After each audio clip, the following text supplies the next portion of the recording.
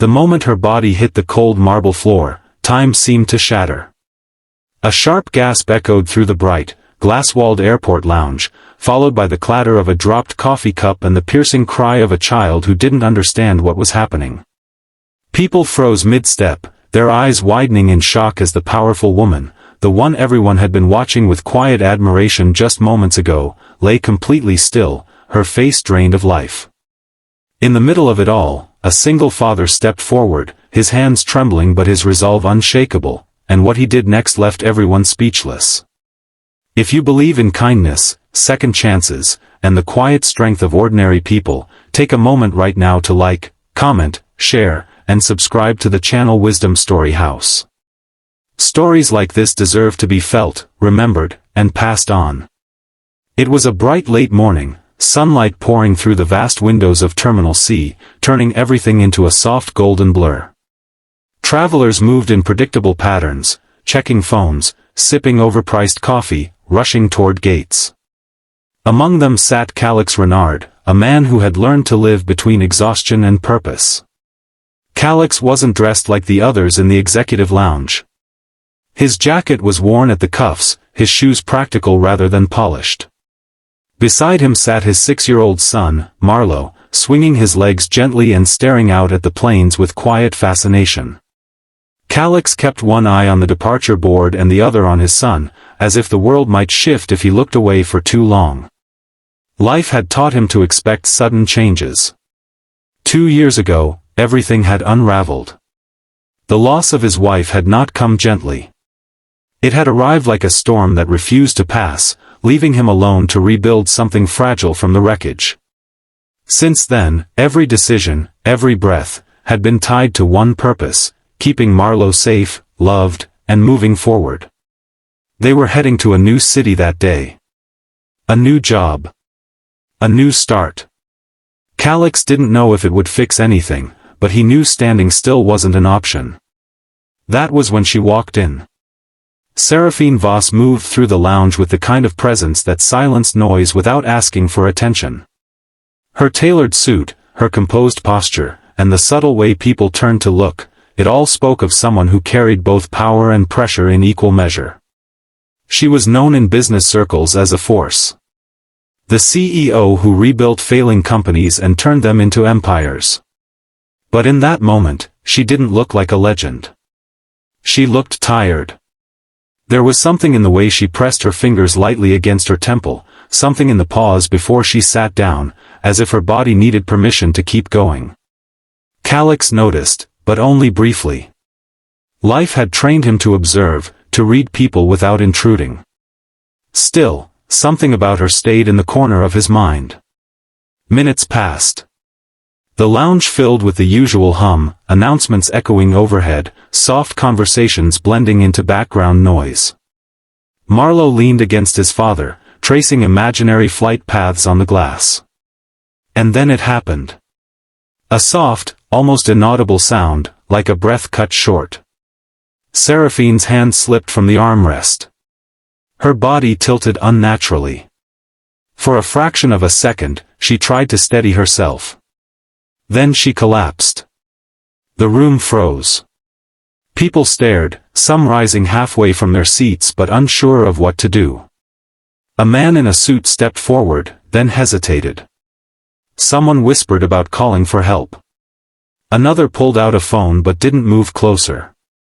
Fear has a way of turning crowds into statues. But not Calix. He was already moving before his mind fully caught up. He gently guided Marlowe to stay behind him, his voice low and steady, then dropped to his knees beside the fallen woman. His hands hovered for a split second, not from doubt, but from the weight of responsibility, before instinct took over. He checked her breathing. Nothing steady. Her pulse, faint. His heart pounded, but his movements were precise, controlled. This wasn't the first time he had faced something like this. Years ago, before life had rewritten his path, Calix had trained as an emergency responder. He hadn't stayed in that career long, but the knowledge had never left him. And now, it surged back like a lifeline. He positioned his hands and began chest compressions, counting silently, his focus narrowing to the rhythm of survival. The world around him blurred. The murmurs, the stares, the panic, it all faded. All that mattered was bringing her back. Marlowe watched, his small face tight with worry but filled with a kind of quiet trust that only children have when they believe their parent can fix anything. A nurse who had been seated across the lounge rushed forward, kneeling beside Calix to assist. Together, they worked in unspoken coordination, their movements aligning without hesitation. Seconds stretched into what felt like hours. Then, a breath. It was faint. Fragile. But it was there. A ripple moved through the crowd, relief mixed with disbelief. Calix didn't stop immediately. He waited, watching carefully, ensuring her breathing stabilized. When he finally leaned back, his chest rose and fell heavily, as if he had been holding the weight of the moment alone. Paramedics arrived moments later, taking over with urgency and precision. They lifted Seraphine onto a stretcher, preparing to transport her. Before they wheeled her away, her eyes flickered open for the briefest moment. And somehow, through the haze, they found Calix. There was no full awareness there, no words, but there was recognition. A silent acknowledgement that something had been pulled back from the edge. Then she was gone. The lounge erupted into conversation. People who had been frozen now spoke all at once, their voices filled with shock and admiration. Some approached Calix, offering praise, gratitude, even awe. But he brushed it off gently. To him, it wasn't heroic. It was necessary. He turned back to Marlowe, crouching down and placing a steady hand on his shoulder. The boy looked up at him, eyes wide but calm. Calix smiled softly, though there was still a tremor beneath it. They boarded their flight shortly after. Life moved forward, as it always did. But some moments don't end when they're over. They echo.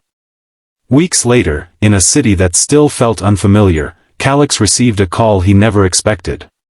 It came on an ordinary afternoon, while he was unpacking boxes in their small apartment. Marlowe sat on the floor nearby, building something intricate out of mismatched pieces, lost in his own quiet world. The voice on the other end was composed but warm. It belonged to someone from Seraphine Voss's office. She had survived. More than that, she had asked to find him. At first, Calix hesitated. He wasn't someone who sought recognition or reward. The idea of stepping into that world, even briefly, felt out of place. But something in the tone of the request made him reconsider. It wasn't about obligation. It was about connection. Days later, they met in a quiet, sunlit room overlooking the city. Seraphine looked different. Stronger, in a way that didn't rely on perfection. There was a softness in her presence now, a humanity that hadn't been visible before. She stood as Calix entered, her gaze steady but filled with something deeper than gratitude. Something changed. Not just in her, but in him too. Because sometimes, the most unexpected moments don't just save lives. They reshape them. She had spent years building empires, measuring success in numbers and growth charts. But lying on that cold floor, hearing nothing, feeling nothing, until suddenly she did, had shifted something fundamental. And the man standing in front of her had been the turning point. Calix didn't ask for anything. He didn't expect anything. But what unfolded next would change both their lives in ways neither of them could have predicted. Seraphine offered him a role, not as an employee in the traditional sense, but as someone who could help reshape the way her company approached people. Care. Responsibility. Humanity. At first, it sounded too far removed from his world. But then he thought about Marlowe. About the future he wanted to build. About the kind of life that wasn't just survived, but lived. And slowly, carefully, he said yes. Months passed. The transformation wasn't instant. It was gradual, built through effort, trust, and the kind of honesty that isn't always comfortable. Calix brought something into that corporate world that had been missing: perspective. And Seraphine, in turn, learned to see beyond the relentless pursuit of success. Their paths, once completely separate, had intersected in a moment of crisis.